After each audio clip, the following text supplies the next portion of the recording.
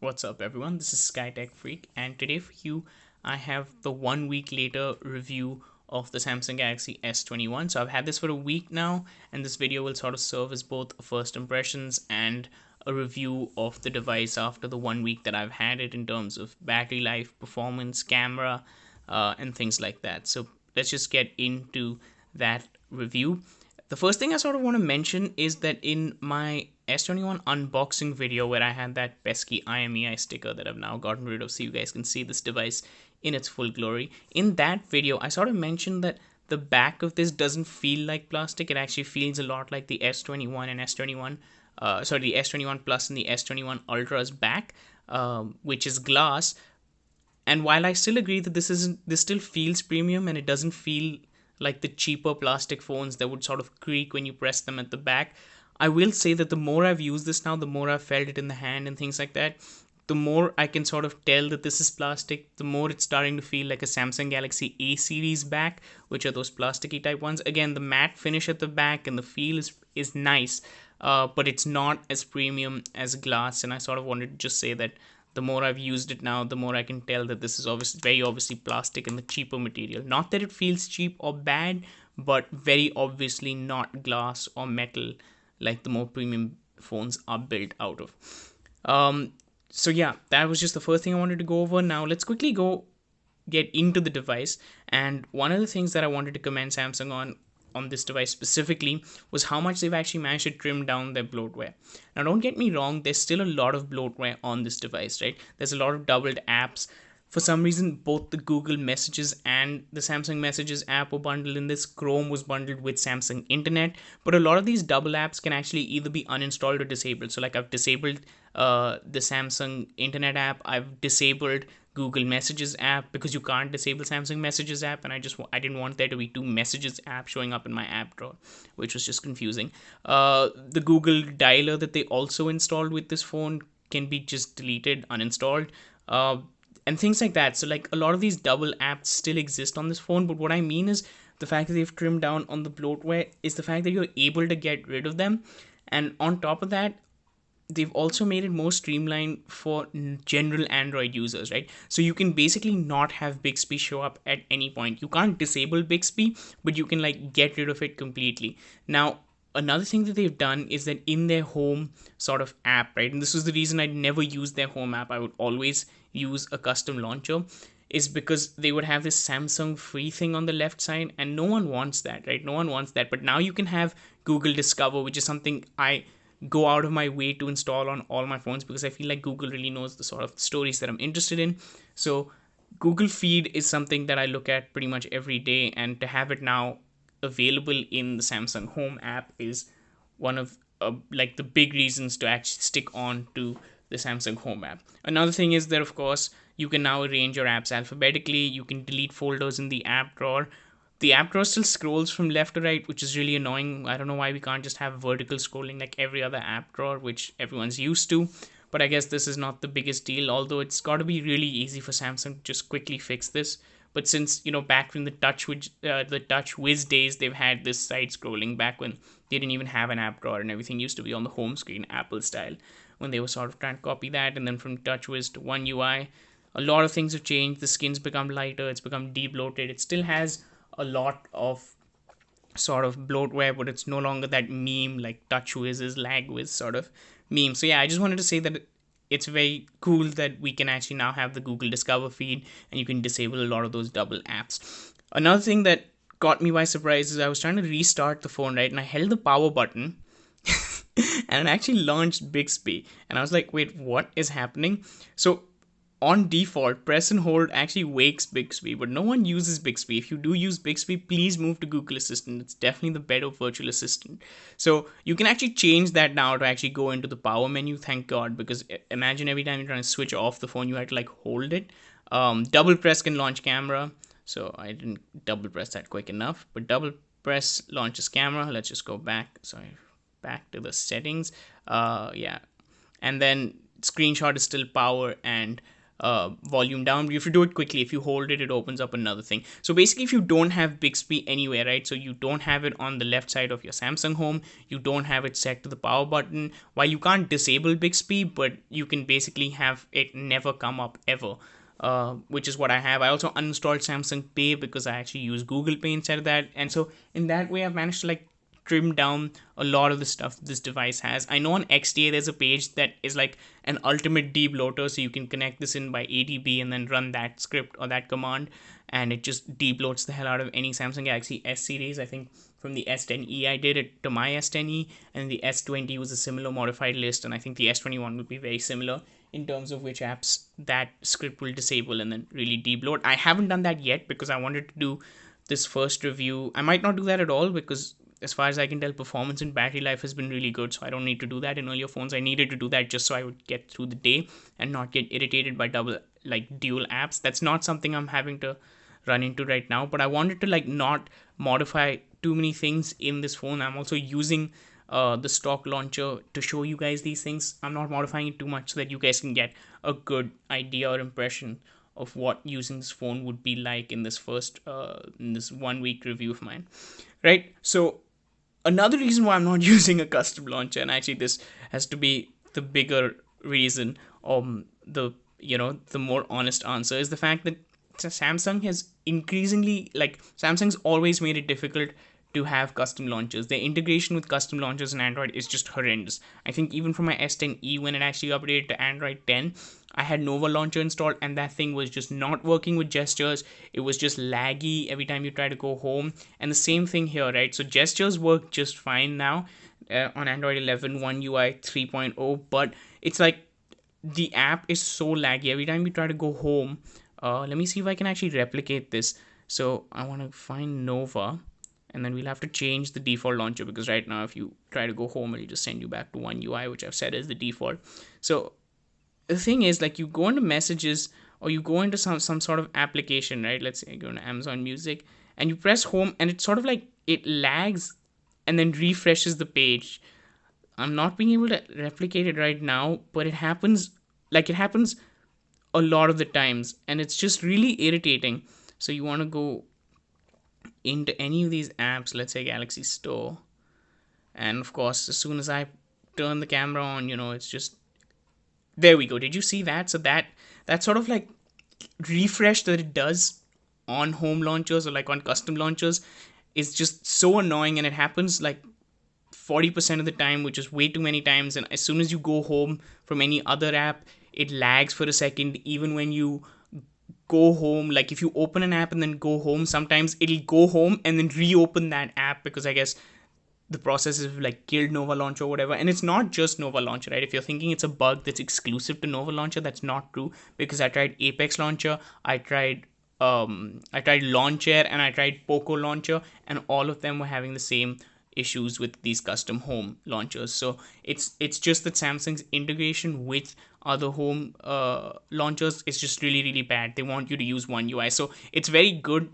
and it's actually super helpful that they have the Google feed and they have more things like, swipe down to reach the notifications, swipe up to reach the app drawer, and then an alphabetical app drawer and things like that. It's cool that Samsung has added all these features, because without it, you'd still have to use the One UI home, and then it would be really unbearable. So I'm happy with these changes, but if they could just in an update maybe update their integration with Android custom launchers, that would be great. Not that I think that that's in Samsung's best interest, so they might not do it at all. Alright, so now that we've spoken about these things, I think the next thing that I wanted to talk about was battery life. Now, I've used this phone for a week, and any day that I started the day with 100%, I started a work day with 100% of battery, I was able to get through the end of the day, no problems. Sometimes I even started the day, if I forgot to charge it. So no day that I started 100% did I have any problems in the middle of the day. I only had to charge it then again at night, overnight. But any other day, if I started at like 60 or 75%, then I'd sort of be reaching for the charger anything between 4 to 6 p.m. and then I have to top it up again. But, it's no big deal. I actually expected this to perform not as well as it has. I know for a fact that the Samsung Exynos processor this year actually outperforms the Snapdragon in terms of battery life by just a little bit. But it's been fantastic for me because I know the S10e had such crap battery life, and then the S20 I know for a fact had like a few hours worse of battery life than the Exynos S20 had a few hours worse battery life than the Snapdragon version, and that's just unacceptable. So battery life was something I was concerned about in this generation of S21 devices on the Exynos chip, but that's one thing I'm like super confident about now. I can tell that yes, this phone will get me through the whole day. As far as charging goes, and now this is something that's interesting. So of course we have 15-watt wireless charging. This is only a 10 watt charger, so it just says wireless charging. It'll tell you how long. In a second, it should also tell you, yeah, 1 hour until full charge. So 10 watts, not too bad. I don't want a super fast wireless charger anyways because it heats up the device, and I'll talk about the heat of the device also in a second. But one really funny thing that Samsung has actually gone ahead and done, right? And this is also related to charging. Now we know for a fact there isn't a power brick in the box that comes with the Samsung Galaxy S21. So if you have a Qualcomm Quick Charge 3.0 brick, this is something you want to pay attention to. For some reason, Samsung felt the need to sort of turn off Quick Charge 3.0 fast charging. So by default, you actually have to like really search through the settings to even find this, right? So you have to go into device care, then you have to go into battery, then you have to go into more settings, right? And this is actually off by default, right? So if you have a Qualcomm Quick Charge 3.0 charger like I do have, I'm just going to plug that in now. It's just going to not even register fast charging because that is off. So it says 38 minutes until full. As opposed to where if you sort of have this on and then charge it in, it'll actually register as fast charging, which is how it should register down here. Fast charging, and then we're close to the top up amount of the battery, so the amount of time to that doesn't change. But if we were at lower percentages, it would be vastly different. Like I saw a difference of like 30 to 40 minutes in expected charge time, which is a lot, right? So the only reason I feel like Samsung, like I try to think about why Samsung would turn fast charging off and then hide it in this like obscure menu. I think like one argument could be device care, right? They don't want you to always be fast charging your phone because it affects the battery. But if they cared about that, then they wouldn't have super fast and like fast wireless charging turned on too. The reason I think Samsung is actually turning off fast charging is because they expect most people to have, like, if you had a flagship device in the last 2 or 3 years, you have a USB adapter with Qualcomm Quick Charge 3.0. So Samsung doesn't want you to think, or Samsung doesn't want you to know that your phone can still charge faster without the 25-watt charger that Samsung sells. They actually just want you to look at the phone and say, oh, it's charging so slowly, I think I have to get Samsung super fast charger. So I guess if you have a Qualcomm Quick Charge 3.0 from like 15 watts or 18 watts of fast charging, make sure you turn that on if you value the amount of time your phone takes to charge, and don't get tricked. Of course, Samsung's super fast charger, which is 25 watts, will obviously still be faster, but don't think that there's no alternative or no faster charging than the default if you're using a Qualcomm 3.0 brick and you have this turned off. So yeah, I think this is really sneaky of Samsung to do, just a way for them to get you to go ahead and buy their 25-watt charger for no particular reason except for the fact that your phone seems like it would charge much faster then. So yeah, let's talk about heat now, right? And so the device does get warm, I'm not gonna lie. While the first time I was installing all my apps and signing into all my accounts and all on day one, it got quite warm. Now again, no heat issues, nothing like, oh, it's like hot to the touch or anything, but the screen does get warm, the back does get warm, and like not hot, but like maybe press it to my cheek kind of warm because it's Delhi winters.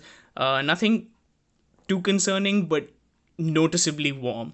It also happens if you sort of charge and use the phone at the same time. So if I'm charging and then texting and also watching a video all together at the same time, again, the device does get warm. I assume in gaming it would get just as warm as well. I don't actually game that much. Apart from that, I think the last thing that we have to talk about is performance. Again, the biggest question every year is the Exynos as good as the Snapdragon? Again, this year it's not as good, but it's the closest it's been in a while, right? And I think that in itself says something. it's not slowed down on me except for, like I showed you, when you use a custom launcher. I've had no other hiccups. There's been no sluggishness, no lagginess. Sometimes the only other instance I see lagginess is if you open the camera and then go home. If you just saw that stutter, right? The camera app is the only one that sort of stutters like that. All the other ones will like shut smoothly.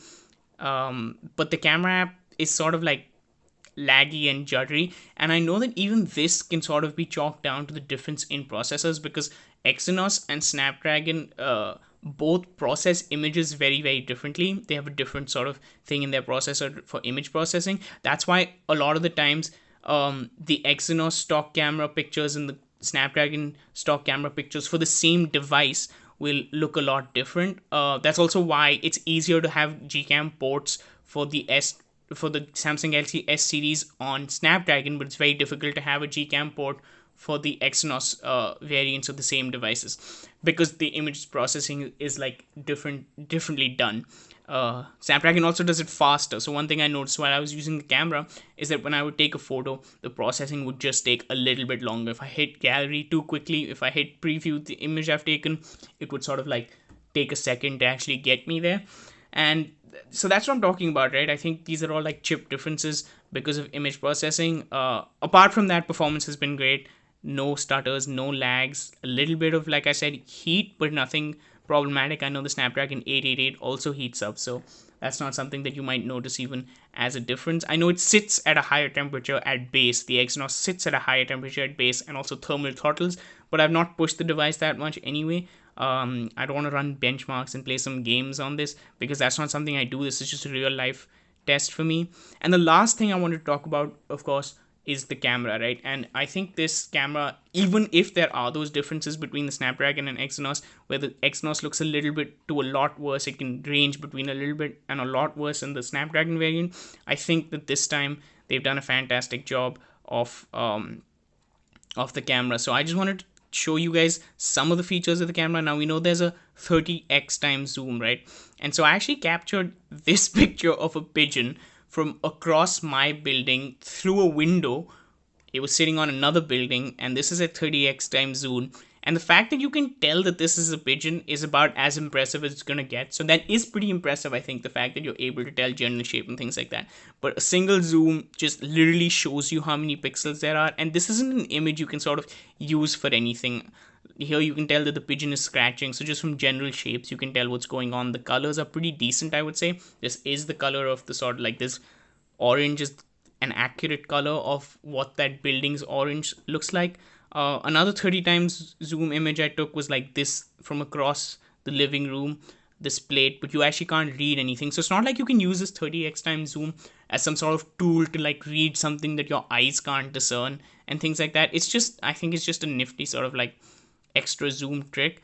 Now here you can see another 30 times zoom image I took, which was this, I don't know, keyhole situation, and I was just trying it out again. You can tell not the best detail, a lot of pixels, but at least but it's something you can do. So it's impressive that you can get shapes and actually show someone something, but these aren't images you're going to want to post or use anywhere in reality. Now another thing that has gotten really good is the portrait mode. So I actually took a photo of this bottle, right, which is transparent at the back and things like that. And and transparent things are actually the hardest to take, to have like proper edge detection on. But the edge detection on this photograph, if you can see, is actually fantastic. Even the edge here is actually because there's like a round speaker behind it. So even that little imperfection there actually has a reason. And one of the coolest things about this is you can change the background effect. So you can turn off the blur. So now it's like everything in the image is in focus, or you can turn on the blur. But another thing, and this is something that comes because of the camera setup, is you can change which object is in focus after the photograph. I took this photograph a few hours ago, and I can still change. I can make the remote control in focus and blur everything else out, or then I can choose to put the focus on the bottle back again. I can choose to put the focus on the screen again and blur everything else out. So this is something that's really cool. It comes because of the telephoto camera that's actually in the setup of the camera configuration of this device. So that's another really cool thing. Now 30 times zoom we've already seen is not really usable, but then here's 2.5 times zoom. You can see my dogs look good like they always do. That's one picture of one of my dogs. Here's a picture of my other dog. um and yeah, here's another picture of my dog where you can really tell that the camera, when it's actually capturing detail and it's actually given the right light and things like that, it works really well. Apart from light, night mode works really well. Not as good as Google camera, but pretty close up there too. And lastly, I just wanted to talk about sort of customizing your camera experience. Now you can actually, the pro mode, night mode, and portrait mode were actually hidden up here. But you, if you just hold this, you can sort of drag around more settings or options that you wanted up here. You can also just press, I think there's, you can save it, and then you can press plus to go into the editor and like switch around where you want where you want these options to be. So night, pro, and portrait were all up here, and I've moved them down because these are sort of settings that I use regularly, and I'm used to using Google camera. So in Google camera, it's also just down here with video, etc. So I mean, just because I was used to it and because these are toggles I use regularly, I wanted them to be on this sort of line of easy access. And yeah, so as far as I can tell, the camera's really good. We can take one quick picture actually. All right, so I just took a picture of my dog who's sleeping on my bed right now. This is a one-time zoom, and you can see how much detail, how much clarity in the fur, in the photograph there is. And you know, like I said, really impressed by the camera, even if it might be a little worse than the Snapdragon. I think it's a super serviceable camera. I spoke about the specifications of the camera already, but I can go over them just once more. It's got a 64 megapixel main shooter. It's got a 12 megapixel telephoto depth sensor, which is how we were able to get that super cool portrait of this bottle over here that I showed you guys earlier. And lastly, it's got a 12 megapixel ultra wide. And what's super cool about the ultra wide is that the S20, I love saying this, the S21's ultra wide is actually wider than the S21 Ultra's ultra wide camera. And so I think that's just a little ironic. But yeah, that's the camera configuration. And everything else, like I mentioned, you know, super cool. If you're wondering why my phone feels like it's a little snappier than yours might be, it's not just the fact that there's obviously the adaptive motion refresh rate, which allows the phone to take the screen rate up to 120 hertz and down to 48 hertz depending on usage, but also the fact that I actually go into developer settings and change animations down to 0.5. So what that does is it makes any animation that this phone is trying to do, it halves the amount of time it takes to do that. It's on default, all three of these are set to 1. I set them to 0.5 because I like to see the animations, but I like them to get over quickly. So that's also an issue. That's just the reason why the phone is feeling a little faster. Of course, that adaptive refresh rate helps. I don't know how much you can tell on camera, but in person, it's a huge difference. I tried to go back to standard, and man, scrolling actually was giving me like PTSD, so I had to go back and change it back to adaptive. Um, as far as the display itself is concerned, 6.2 inches 1080p. You aren't going to miss that QHD resolution if you ask me. I'm not missing it at all because of how good this display looks. And then you can obviously go ahead and change. I turned off things like edge panel because I mean, it's not even a curved screen. Even when it was, I didn't really want it. Accidental touch protection, touch sensitivity, all these things, toggles you can change. And then of course you can change the way this device looks as well. Let me just find where that is. Display, yeah, there we go, screen mode. So you can have it vivid, and I mean, if you've got a Samsung AMOLED panel, you've got to want the vivid display. You want those colors to pop, you want them to like scream out at you, you want them to be vivid, pop, you know, jump out of the screen. But I guess if you want to do more color sensitive work, or you want the panel to be like more true to the real color, then natural is always there. And then you can of course go into settings and change how cool or warm the display is, or then actually change the white balance to red, green, and blue, the amount of red, green, and blue you want on the screen. So yeah, these are all things you can do with the phone as well. These are all things that I've messed around with. 1 week in, I really love the phone. I think it's a super cool super cool device. If you're going to be using a case with this device and you don't have the black color, now this isn't an issue you'll face with the black color, but if you have any other color, you can see that the bezel sort of blends into the front, right? For the white, the silver bezel, then for the phantom purple there'll be a gold bezel, and the pink one actually I think just has a pink bezel. So these things are sort of like noticeable. When you get a case, try to get a case that's got a lip around it so it covers the bezel if you don't have the black version of the phone, because otherwise it just looks really odd. It looks like the case and then a silver trim and then the front of the device. So I've got this black case. This is, again, if you're using a black case, I guess. For colored cases, I don't know how much of a difference that would make, but this is the Spigen or Spigen Slim Armor. I use this with a lot of my phones, so I just plop that in, and you can see that you'll just see that the silver sort of melts away and then becomes this like stealthy black phone with just a silver a camera configuration. So yeah, that was just one other tip I had about the phone. Yeah, so let me know if you have any other questions about the device. If you like the video, please like it and subscribe if you want to see more about this device. That was just my comprehensive 1 week review of the Samsung Galaxy S21, and I'll see you guys in the next one. Thank you.